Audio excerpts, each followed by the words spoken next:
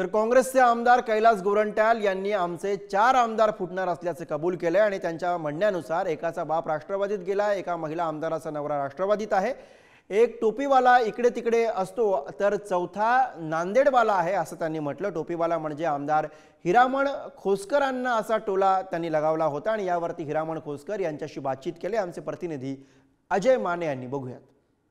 37 आमदार असलेला काँग्रेस पक्ष यांनी एकच उमेदवार दिला, तरीही काँग्रेस पक्षाचा जे ती खट्टाळ उडलेले याचं महत्त्वाचं कारण आहे की काल काँग्रेसचे आमदार हिरामण खोसकर फुटतील असं त्यांच्याच पक्षातील आमदारांनी म्हटलं। आपल्यासोबत त्यांच्याशीच बातचीत, आपण या सगळ्या गोष्टींवर क्लॅरिफिकेशन घेण्यासाठी हिरामण खोसकर सर आपल्यासोबत। सर, काल तुमच्याच पक्षाने तुम्हाला घरचा आयर दिल्यासारखं झालेलं चित्र उभं राहिलं, कसं बघ?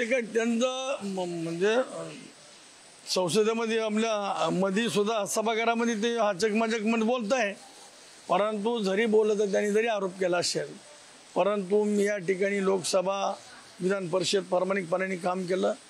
मला या 3 महिन्यांनी या ठिकाणी इलेक्शनला सामोरे जायचं आणि उमेदवारी नेत्यांची तरी मी ह्या वेळेस तरी गद्दारी करणार नाही, प्रामाणिकपणाने पक्षसंघ राहील।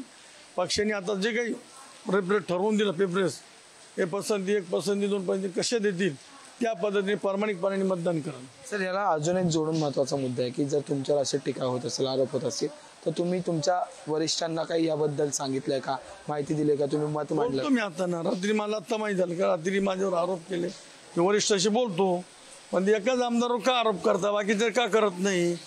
मागच्या 7 मतदान फुटले, काय केलं कोणाचं? म्हणजे एखादा माणूस एखादा गरीब झाला म्हणजे त्याच्यावर काही आरोप करायची चुकीचं आहे। आज काय भावना आहेत? 3 उमेदवार आहेत तुमचे, कसं होईल? उमेदवार आमचे निवडून येते याच्यात कुठली शंका नाही। जर्नलिस्ट विधानसभा, मी अजय माने, पुढारी न्यूज, मुंबई।